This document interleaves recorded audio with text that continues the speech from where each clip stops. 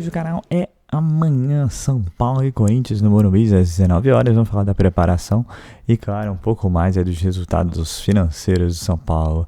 Então, vamos perder tempo não, vamos embora para o vídeo. São Paulo se manifestou com uma nota explicando, né, todo a história, né, a linha do tempo dessa lesão do Lucas. Começou 4 meses atrás, lá no jogo do Allianz, né, do Campeonato Paulista, quando o São Paulo foi eliminado na semifinal. Então, era um trauma no joelho, né, num primeiro momento nunca se cogitou fazer cirurgia, porque não rompeu o ligamento. Uma pancada, um trauma na cápsula do joelho, mas que também a rótula patela. A rótula que pega, claro, o ligamento, mas o que incomoda mesmo é a dor na cápsula do joelho, que é hoje chamamos de patela. A rótula, patela. E aí o Lucas ficou fazendo tratamento, né, convencional, fisioterapia, usou durante um tempo uma proteção no joelho que ajudava, né, ali para você estancar ali a dor mesmo. Foi um tratamento assim que o próprio Lucas entendia que ia ser rápido, mas foi se arrastando, né? Foi tendo desdobramentos. E aí lá em 6 de maio, o Lucas volta no jogo contra o Alianza Lima. E aí volta a sentir dores. E aí ele decide então parar para tratar e zerar. Só que até agora ele não consegue ter a segurança de voltar, porque é um jogador que tem essa característica de velocidade, de arranque, de correria, de ter muita velocidade, então ele sente um pouco ainda. O Lucas, nos treinos do dia a dia, é importante a gente frisar, nos treinos do dia a dia o Lucas faz todos os movimentos, ele treina normalmente, mas quando ele faz aquela arrancada de velocidade que é do mesmo ritmo do jogo, não é que ele sente a dor, mas ele sente como é que fala? Uma fisgadinha, um incômodo, que tira dele a confiança de voltar. E, obviamente, os médicos também auxiliam ali o Lucas e entendem que também não é hora se ele tem qualquer tipo de sensibilidade ali na hora de fazer o arranque. Então, o Lucas, ele é um jogador que está muito preocupado com isso porque ele não quer jogar, entre aspas, no migué. Tipo assim, não vou correr. Vou jogar, dá para jogar, mas não vai ser o Lucas da explosão, da velocidade, do arranque, porque ainda tem uma sensibilidade e ele não se sente seguro. E ele relata isso aos médicos, os médicos fazem um exame, né, já fizeram 3 exames no Lucas, vão vendo que realmente está evoluindo a lesão. Hoje, o ligamento não é um problema, a questão é a cápsula do joelho, onde ele sente o incômodo na hora de fazer o arranque. E acredita-se que em 2 semanas, ou no começo de agosto, ele possa voltar zerado. Posso fazer uma sugestão para o São Paulo, que é ao mesmo tempo uma reivindicação minha? Antigamente você levava o médico e o jogador e fazia uma entrevista coletiva. Isso foi o que foi questionado para o Crespo 2 dias atrás. E o Crespo disse, tem que falar com o médico. E o jornalista em questão perguntou, mas o médico não está aqui. E o Crespo respondeu, mas o jornalista é você, o seu trabalho, não é o meu. E o São Paulo responde publicando uma nota, que é uma forma de se expressar. Mas a forma mais correta, porque, por exemplo, quando a gente está aqui discutindo que a cápsula do joelho, que o São Paulo está chamando de cápsula do joelho, e eu interpreto que a cápsula é a patela, que no passado era chamada de rótula, isso é uma avaliação minha, eu sou jornalista, não sou médico. Então tem questões técnicas e clínicas que quem pode explicar é o médico. E que quem pode falar sobre o que está sentindo é o jogador. O Lucas pode perfeitamente não querer dar essa entrevista coletiva. Do ponto de vista da transparência e do esclarecimento do que está acontecendo, que foi o que o repórter perguntou para o Crespo 2 dias atrás, o melhor cenário não é a publicação de uma nota, embora eu respeite profundamente a nota. O melhor cenário é uma entrevista coletiva. O médico e o jogador ou o médico. De preferência, o médico e o jogador. Você acha que vai criando um burburinho e uma insegurança por parte da torcida, né? De entender o que está acontecendo. O Ronaldo teve uma ruptura do tendão patelar no jogo internacional Ilaso em 2000, que o mundo inteiro assistiu. O fato de você ter uma dor na cápsula do joelho, que eu, correta ou incorretamente, sem assistência médica, determinando na minha cabeça que é a patela, Se você der um arranque mais forte, isso pode levar a uma ruptura do tendão patelar? Essa é uma pergunta que você faz na coletiva. Porque eu não sou médico, eu sou repórter, eu sou jornalista. Então, eu sou do tempo em que presidente da República fazia pronunciamento e jogador de futebol dava entrevista coletiva. Hoje, presidente da República e ex-presidente da República dão entrevista coletiva e jogador de futebol faz pronunciamento. Então, isso não combina, cara. Agora, pensando nesse time, como que Hernan Crespo vai montar essa equipe para enfrentar o Corinthians? Ele já não vinha contando com o Lucas e vem aí pensando, né, nesses 2 jogos até agora, ele montou times diferentes. A gente imagina um time mais próximo ao que ele enfrentou, ao que ele colocou em campo contra o Red Bull? Porque contra o Flamengo ele foi bem defensivo, 3 zagueiros, 3 volantes. Contra o Red Bull ele já muda um pouco essa formatação, com Bobadilla e Marcos Antônio, que foram bem na partida, né? Bobadilla, inclusive, foi muito bem. Isso é o que a gente imagina? É um time com mais mobilidade, ainda mais que vai jogar contra um adversário. Tem do outro lado ali um treinador que conhece muito bem esse São Paulo. Trabalhou com a grande maioria desses jogadores, foi campeão da Copa do Brasil. E assim, vai ter que propor o jogo. O São Paulo vai se lançar, vai sair para o jogo. E para você ter mais mobilidade, esses 2 jogadores responderam mais rápido, né? Porque você tem um Bobadilla que vai muito bem na seleção paraguaia, né? Um jogador que sempre quando é convocado e entra na seleção paraguaia, ele rende muito bem. No São Paulo estava com pouca oportunidade, mas agora com o Crespo ele se soltou, né?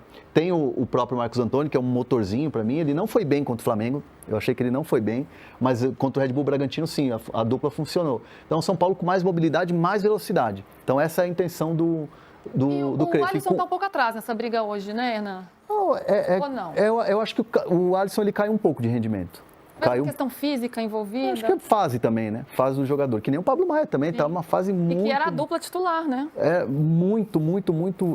Caiu muito o Pablo Maia. Ele vai com o Luciano, né? Porque o Luciano é um jogador que ame ou odeie, o Luciano tá sempre fazendo gol. Então, assim, é impressionante. E aí esses jogos, tipo... Corinthians, os clássicos, assim, o Luciano cresce em jogo, assim. E contra o Red Bull ele deu 2 assistências. Deu 2 assistências. Contra o Bragantino. Eu gosto muito do Luciano, só não gosto muito desse jeitinho dele, assim, de ser meio chatinho. No bom sentido, até. É um cara que cobra, um cara que tá sempre reclamando, fala mesmo nas entrevistas. Ele é um cara no dia a dia chato mesmo, assim, que cobra, que exige. E o torcedor adora, o torcedor de São Paulo adora o Luciano. Tem uns que não gostam, aquela coisa, ama e odeio, mas o cara tá lá e tem números, ele é um cara que tem números, então... Acho uma boa nesse momento. É a melhor forma de São Paulo enfrentar o Corinthians, PVC? São Paulo achou um 3-4-2-1, que é o formato que está jogando. 3 zagueiros, vai ser Perrarés, Arboleda, Alan Franco, eventualmente, como semana passada, joga o Sabino. Aí, questão dos 2 laterais, se eles são criativos ou se eles são mais defensivos, mas taticamente o time é esse. Aí você vai ter o Oscar e o Luciano, porque não tem o Lucas. O que mais me chama a atenção é que o São Paulo não perde para o Corinthians há 6 jogos. São 5 vitórias e 1 empate. Nesses 6 jogos, o Lucas jogou 6 e fez 4 gols. 5 vitórias e 1 empate. O último jogo que o São Paulo jogou sem o Lucas foi a última vez que perdeu para o Corinthians. E vai jogar sem o Lucas. Né? Só uma coincidência. De Lucas a Lucas. Não sei se o Corinthians vai ganhar no Morumbi. Acho que o Morumbi vai estar cheio. Vai ter perto de 40 mil pessoas, 45 mil pessoas. Apesar da campanha muito ruim do São Paulo, muito oscilante do São Paulo, deve ter mais de 40 mil pessoas. E o São Paulo jogando em casa, nos últimos 8 anos, o Corinthians ganhou 2 vezes o São Paulo no Morumbi. Se uma coisa aconteceu nos últimos 10 anos no futebol de São Paulo, que coincide com uma torcida única, é que o mandante é favorito. Tirando Palmeiras e Corinthians. Palmeiras e Corinthians é o clássico em que o mandante não faz diferença. O Corinthians ganha do Palmeiras no Allianz Parque e o Palmeiras ganha do Corinthians em Itaquera. Mas São Paulo e Corinthians tem sido... O São Paulo ganhou só uma vez em Itaquera, o Corinthians nos últimos 8 anos ganhou 2 vezes no Morumbi. Então tem um favoritismo ligeiro do São Paulo, mas a ausência do Lucas traz essa coincidência. São 6 jogos seguidos sem o São Paulo perder do Corinthians em qualquer lugar, inclusive quebrando o tabu em Itaquera. 5 vitórias no empate, 4 gols do Lucas. A última vitória do Corinthians foi a última vez que o São Paulo jogou sem ter o Lucas. Sofria muitos gols, na maioria dos jogos era vazado. E aí eu acho que, depois de um período avaliando os dois e olhando para o trabalho do Dorival, que até fez o Corinthians passar alguns jogos sem sofrer gols, eu acho que essa questão está mais relacionada à qualidade das peças, e aí tem a ver com o que você disse de cara a cara, a defesa do São Paulo ser melhor que a do Corinthians. Eu também estava hoje de manhã em um debate, a gente também fez um cara a cara e a defesa do São Paulo também foi escolhida. do que o trabalho dos treinadores em si. Então, é um momento em que o Corinthians, dentro dessa lógica, ou o Dorival dentro dessa lógica, tenta fazer com que o time sofra menos, estancar um pouco a questão defensiva. Só que, ao mesmo tempo, ele não tem conseguido ter a produção ofensiva que tinha com o Ramon. E acho que isso também está relacionado com ausências, né? Nesse período em que ele está à frente do Corinthians, uns 2 meses mais ou menos. Ele não teve o Garro em um determinado momento, agora ele não tem o Yuri Alberto, o Memphis Depay já ficou fora em alguns jogos. Então, ele tem sofrido mais para compor o ataque e defensivamente o time tem passado alguns jogos sem sofrer gols. Nada que encante. Os 2 resultados nessa volta, uma vitória e uma derrota, eu acho que eles estão dentro ali do que o Corinthians pode produzir. Perder um jogo em casa pro Bragantino hoje é meio natural. O Bragantino tem um time bom trabalho. Venceu o Ceará fora, estava um pouco fora dos planos, mas se você olhar para a derrota do Bragantino, uma coisa acaba compensando a outra. 3 pontos em 6 jogos, eu acho que tá dentro. Não é um time espetacular, maravilhoso, muito longe disso. Eu acho que pode render mais do que tá rendendo. E vai chegar para um clássico num momento de um pouco mais de conforto do que o São Paulo. Acho que esse é um ponto interessante nessa análise também. Pro Corinthians, o empate não é um resultado ruim. E não é só pelo cenário de jogar fora de casa em um estádio onde ele, historicamente, tem ganhado pouco nos últimos anos, né? A última vitória do Corinthians em Campeonato Brasileiro no Morumbi, 15 anos. faz 15 anos. O Lucas jogava no São Paulo, já tinha virado Lucas, Espero não que era mais permaneça Marcelinho. Fique. Mas faz muito tempo, né? 18, né? Nos Exato. últimos tempos, o Corinthians tem perdido muito no Morumbi quando ele joga como visitante. Não sei se você Mas- conseguiu ver. No caso do nosso querido zagueiro, o camisa. O nosso querido Alan Franco, então, foi sexta passada que a gente tinha conversado, que já estava tudo certo da renovação contratual.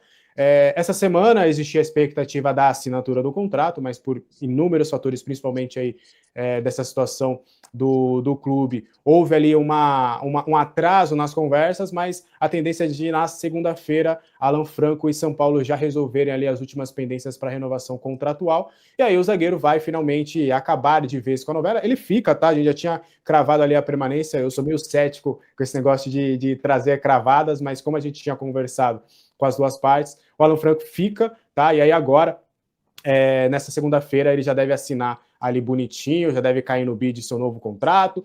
Chegou o Nil Fibra, internet para casa toda com cobertura ampliada, Wi-Fi 6.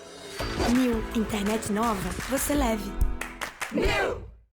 Já pensa, aí vai inflar a folha salarial nem tanto, porque ele não é se a gente for pegar o time base titular hoje do São Paulo, ele está bem abaixo de vários outros jogadores ali do atual elenco em termos financeiros. Então ele vai ter meio que um reajuste salarial para se equiparar ou chegar próximo dos principais atletas, e aí vai assinar esse contrato já na segunda-feira. Então, provavelmente na próxima semana, a gente já vai ter a assinatura contratual do Alan Franco. Aí eu tenho uma novidade sobre o Tapia também, se vocês querem que eu aproveite. Opa! A gente fala sobre o Tapia, até tô toda hora de olho aqui, acho que realmente não vai rolar. O São Paulo vivia a expectativa do registro do Tapia sair nessa sexta-feira para que ele pudesse estar em campo contra o Corinthians no sábado. Do que eu sei de informação é que ele está treinando ainda com o grupo já, ele já está fazendo parte ali do elenco, obviamente que o São Paulo não divulga foto nem nada do sentido, porque ainda não houve um anúncio oficial, e aí vai ter uma pequena alteração em relação ao contrato do Tapia.